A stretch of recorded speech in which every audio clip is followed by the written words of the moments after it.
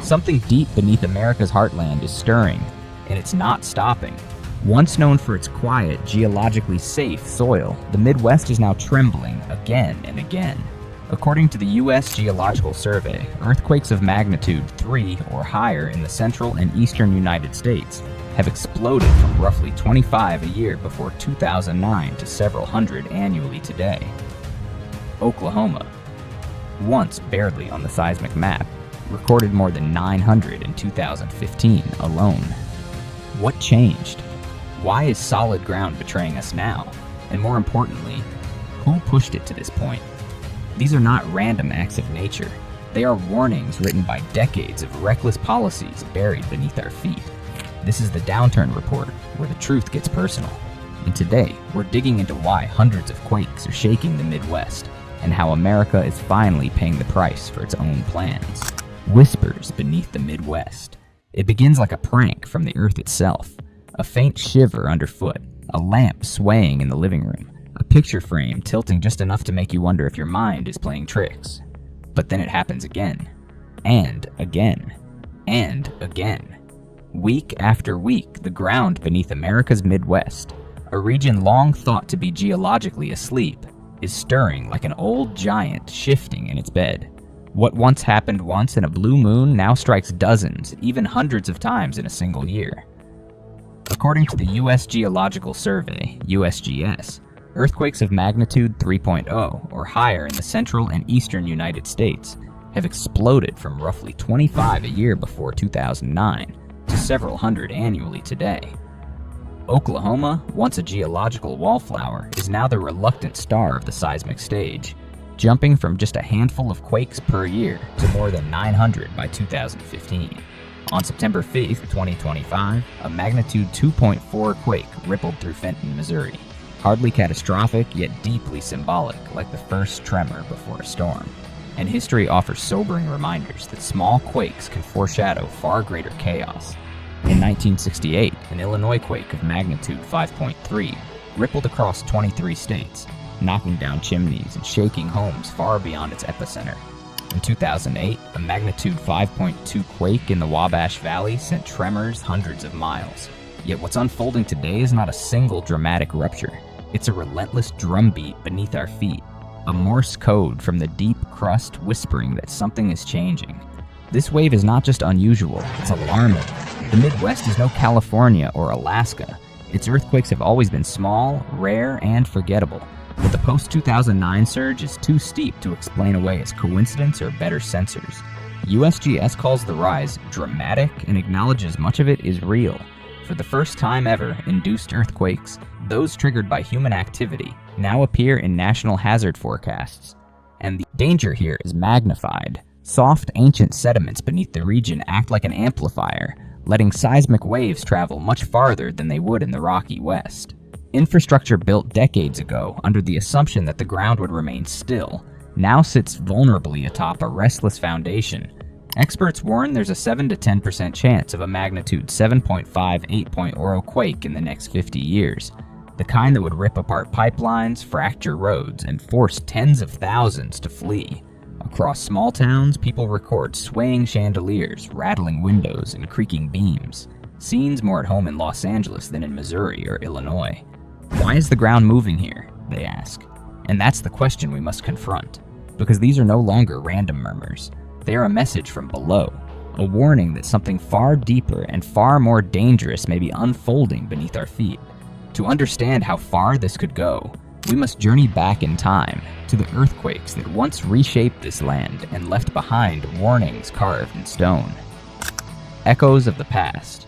To understand why today's tremors feel so ominous, we must look back to a time when the heart of America split open, literally. In the frigid winter of 1811 to 1812, the New Madrid seismic zone, stretching across southeastern Missouri, northeastern Arkansas, and parts of Tennessee and Kentucky, unleashed a cataclysm that defied imagination.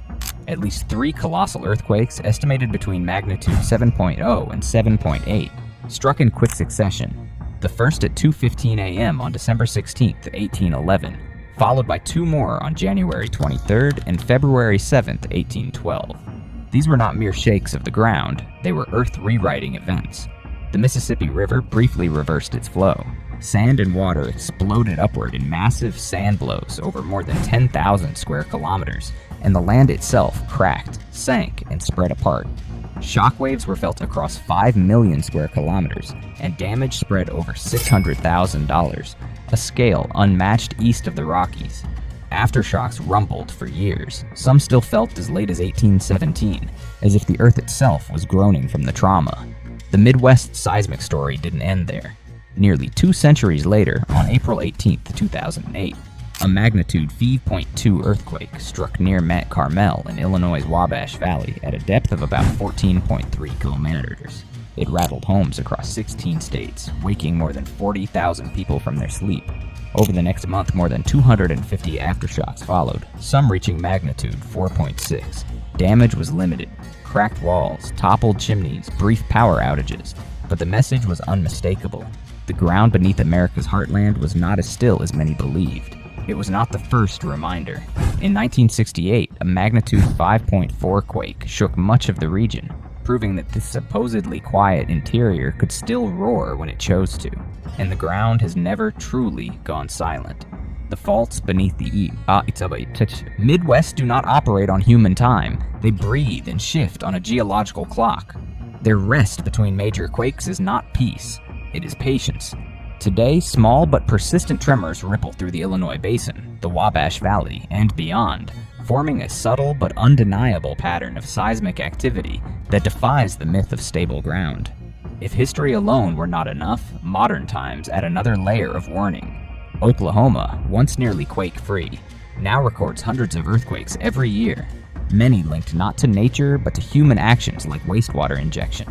That transformation from quiet prairie to seismic hotspot is a cautionary tale.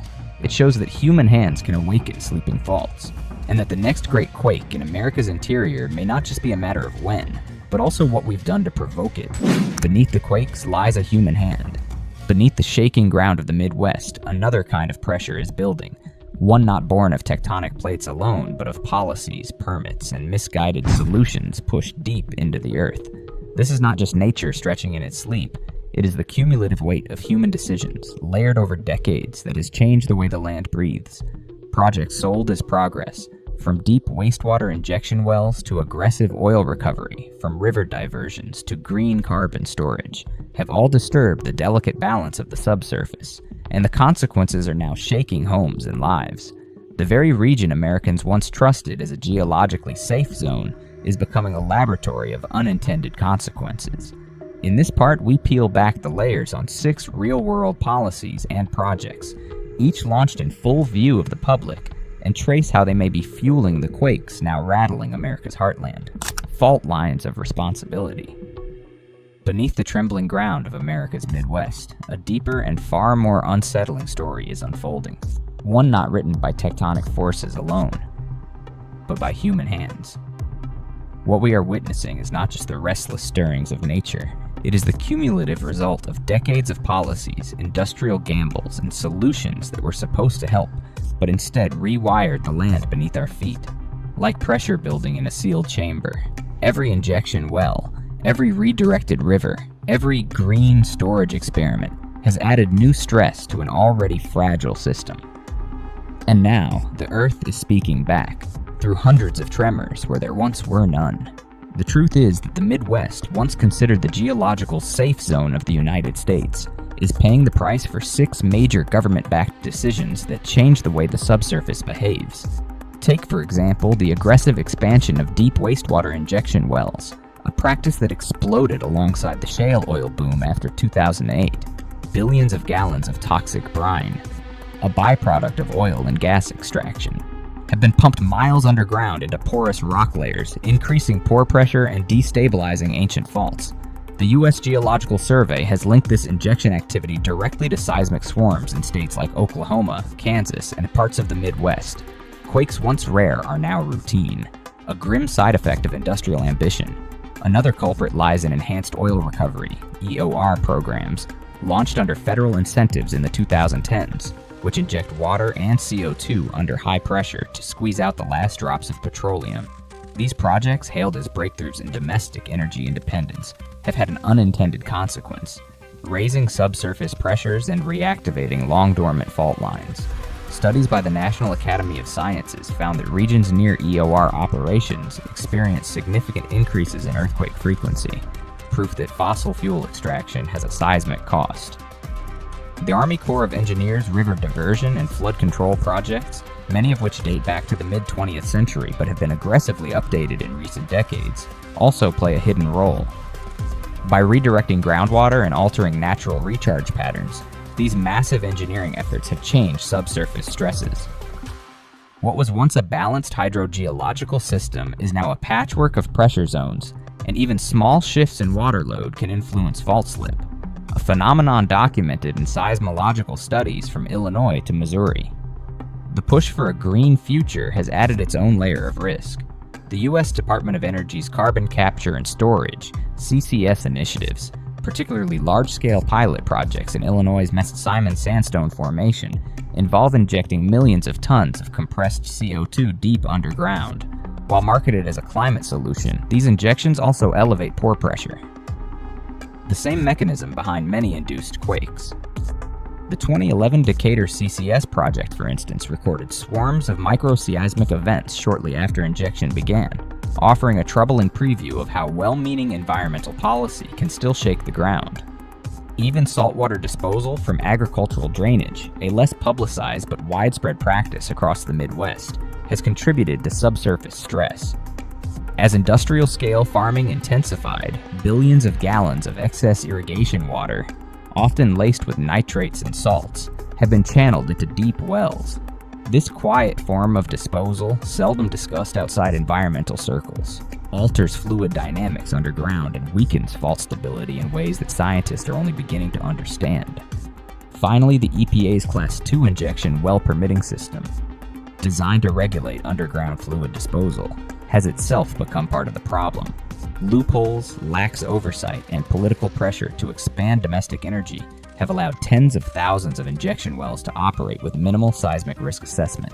In 2016, a JO report criticized federal agencies for failing to consider earthquake hazards when issuing permits, a bureaucratic blind spot that now reverberates as literal shocks beneath American homes. Together, these 6 threads weave a sobering picture. The shaking ground is not a freak accident, but the predictable result of cumulative human interference. Each policy, taken alone, may have seemed justified. Economic growth, energy security, flood control, climate action. But combined, they have tampered with the Earth's internal balance. The Midwest is no longer a passive stage for natural forces. It has become a laboratory for unintended consequences. And as tremors multiply and intensify, the message grows harder to ignore. We are not just witnesses to these quakes. We are participants. Groundwater over extraction, the sinking foundation beneath the Midwest. For decades, the Midwest and Great Plains have relied heavily on groundwater as their lifeline for crops, industries, and entire communities. In vast stretches of farmland where rivers and lakes cannot meet demand, deep wells and powerful pumps have become the backbone of modern agriculture. State and federal authorities have long issued permits for large-scale groundwater withdrawal, without fully accounting for how slowly these aquifers recharge. Studies by the U.S. Geological Survey and geological institutes warned that relentless pumping is one of the leading causes of land subsidence, the slow, silent sinking of the ground as aquifer layers lose their water and compress. Across U.S. cities like Houston, Sacramento, and others, subsidence has warped roads, cracked water lines, and shifted building foundations. Between 2015 and 2021, USGS estimates that about 20% of U.S. urban areas experienced measurable subsidence, affecting more than 34 million people. And early satellite data suggests parts of the Midwest are now following that same unsettling trajectory. The science behind this is both simple and deeply troubling. Groundwater acts as a kind of internal cushion within soil and sediment layers. When it's pumped out faster than nature can replace it, that cushion collapses. The pores between grains lose pressure, particles compact, and the ground physically sinks. This compression doesn't just change the surface. It alters the subsurface structure, redistributing stresses and creating new zones of weakness. Tiny fissures and microfaults can form or reactivate under the slightest trigger. And when seismic waves do arrive, whether from natural quakes or human-induced tremors, Weakened ground behaves very differently. Waves amplify. Even mild shaking can cause outsized damage.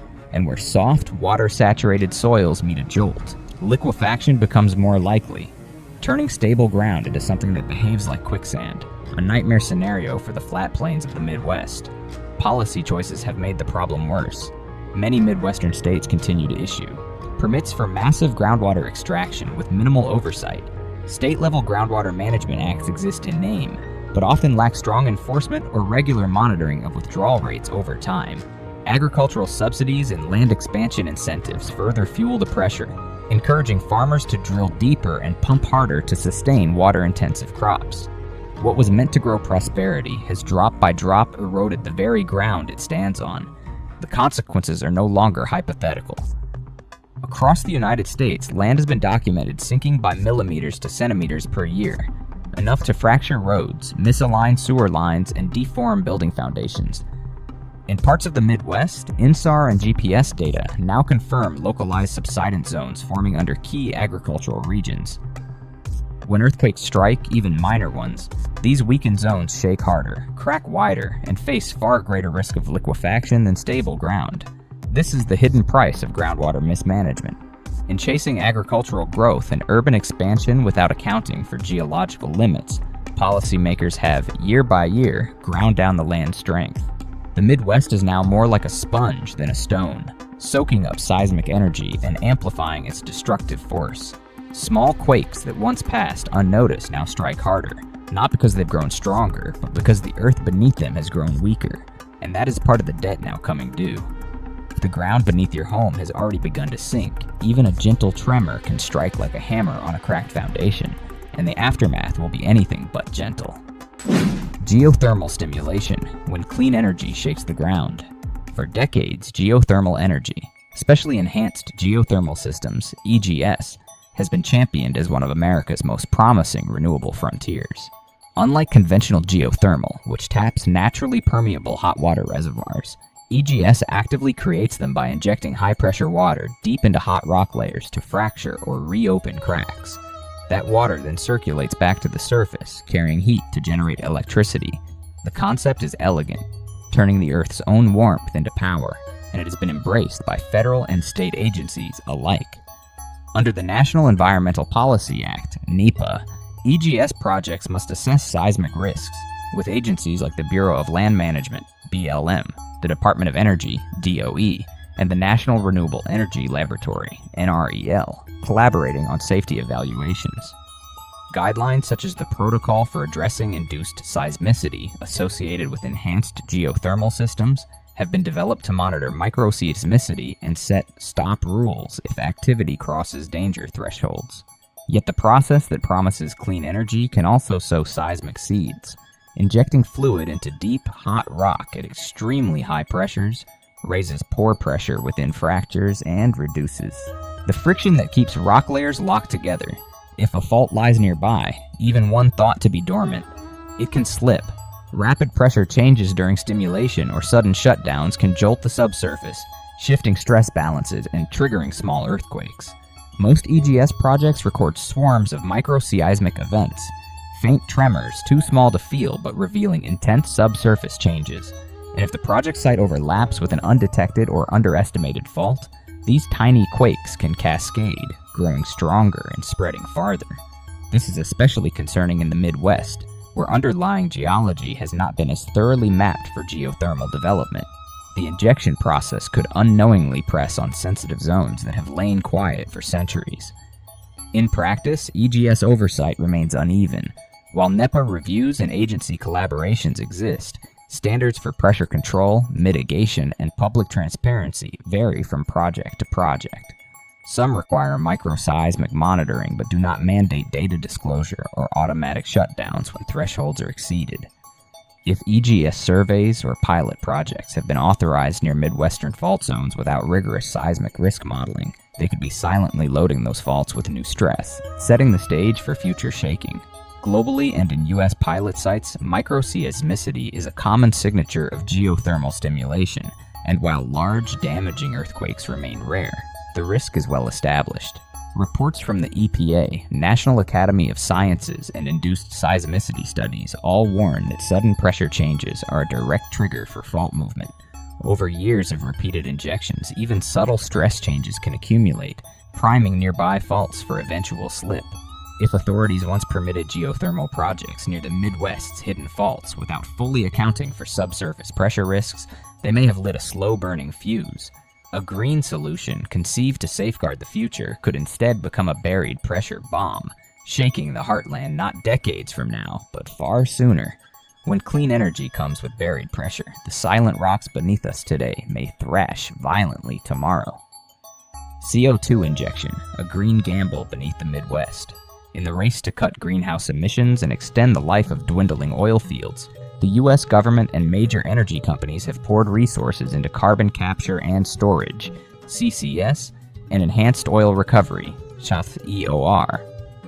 Both technologies revolve around one idea: injecting pressurized CO2 deep underground. In EOR, that gas helps push out stubborn oil and gas trapped in rock pores. In CCS, it's meant to stay locked away for centuries as a climate solution. Pilot projects across the country have demonstrated technical feasibility, and the IEAGHG's report, Current State of Knowledge Regarding the Risk of Induced Seismicity at CO2 Storage Projects, notes that under certain geological conditions, CO2 injection can trigger seismic events. While large-scale CO2 injection projects in the Midwest remain limited, generous tax credits and federal incentives have opened the door for future development, and with it, new seismic risks. The mechanism is deceptively similar to water injection. Forcing CO2 into rock formations increases pore pressure and reduces friction along pre-existing faults. If those faults are already stressed, the added pressure can be the final push that makes them slip. Chemical interactions add another layer of complexity. CO2 can slowly react with surrounding minerals, dissolving grain bonds and slightly weakening rock structures. Pressure fluctuations from starting, stopping, or ramping up injection can further disturb the stress field, and what begins as tiny microseismic tremors can, under the right conditions, grow into quakes that people feel. If injection occurs near a fault zone or in geologically sensitive areas, the risk escalates sharply. Real-world oversight has been mixed. Most CCS and EOR projects must clear environmental reviews under NEPA, but many are not required to disclose seismic monitoring data publicly or halt operations if activity crosses certain thresholds. The IEAGHG report found that among 36 projects studied worldwide, only one recorded a felt earthquake, but nearly all reported microseismicity. And with policy incentives driving expansion, it's only a matter of time before injection projects spread into the geologically complex heart of the Midwest. So far, most observed consequences have been subtle. Microseismic swarms too weak to damage infrastructure, but significant enough to map subsurface changes. Yet researchers warn that proximity to faults multiplies risk. If underground pressure builds and resonates with pre-existing stress, larger quakes are possible, not immediately, but as cumulative effects over time. A 2025 report from Oklahoma Voice cautioned that lessons from Oklahoma's induced earthquakes should guide CCS design to avoid repeating history.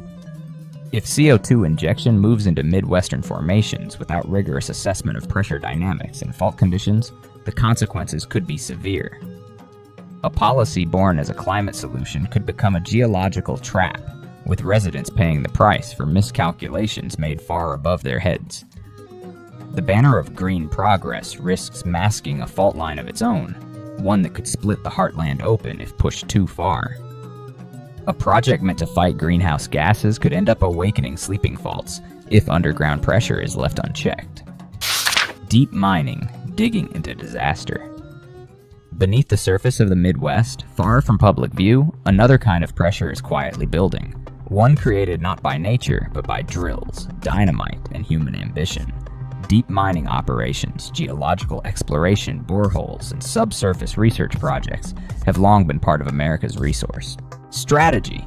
While the Midwest isn't famous for colossal mines like those in the Rockies, deep exploration rights or mining ventures near fault zones can still set in motion powerful geological consequences. Every borehole drilled, every tunnel blasted carves out empty spaces within the rock, redistributing stress in unpredictable ways. As miners dig deeper, the weight of overlying rock shifts. Adjacent rock masses bear greater loads, deforming, fracturing, and creating networks of microcracks. And when combined with subsurface pressure changes from water or CO2 injection, this shifting stress can nudge faults ever closer to failure. If a deep mine or borehole is positioned near a fault line already on the verge of slipping, even slight stress changes can trigger movement. What appears as a routine blast or drill cycle could become the final straw for a fault that has lain dormant for centuries. Unfortunately, regulatory safeguards often lag behind the pace of exploration. State and federal agencies may issue deep mining or exploration permits without requiring comprehensive assessments of subsurface stress or seismic risk. Some projects release little or no data about pressure changes, leaving surrounding communities unaware of the invisible tensions accumulating beneath them. Each blast, each borehole, each excavation can act as a subtle tap on a loaded spring. The consequences of such activities are well documented worldwide. Deep mines in South Africa and Canada have triggered rock bursts and localized seismicity, sometimes culminating in larger, damaging events. Subsidence, surface cracking, and daily microquakes have been observed near major mining operations.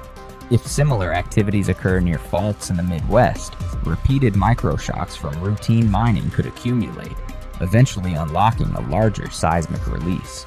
This is the hidden threat most residents never hear about, an underground story of stress and imbalance unfolding beneath their homes. If state or federal authorities once approved deep mining or exploration near fault-prone zones without assessing rock pressure and fault proximity, they may have planted the seeds of future disasters. This is the buried chapter of the seismic story, one that, if widely known, would shock many. A single deep borehole could be the needle that pricks a sleeping fault, and one tiny push may be all it takes to bring the Earth crashing down.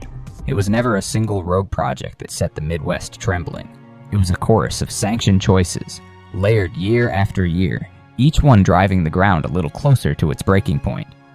Permits for high-pressure injection wells, aggressive EOR and CCS operations, unchecked groundwater withdrawal, deep mining ventures, and reckless urban expansion without seismic assessment. None were secrets. They were public policies, praised as progress, passed into law, and celebrated as innovation. And together they have rewritten the geology. Beneath America's heartland, states like Oklahoma have already paid the price. Homes shattered, lives upended, lawsuits piled high, a warning written in fractured stone. Now the Midwest may be next. If nothing changes, the tremors we feel today could be only the opening act. In the next part, we will explore what that future might look like, and what urgent steps could still prevent it. Because policies once hailed as development are now becoming a seismic burden for more than 50 million Americans living above a ticking fault line.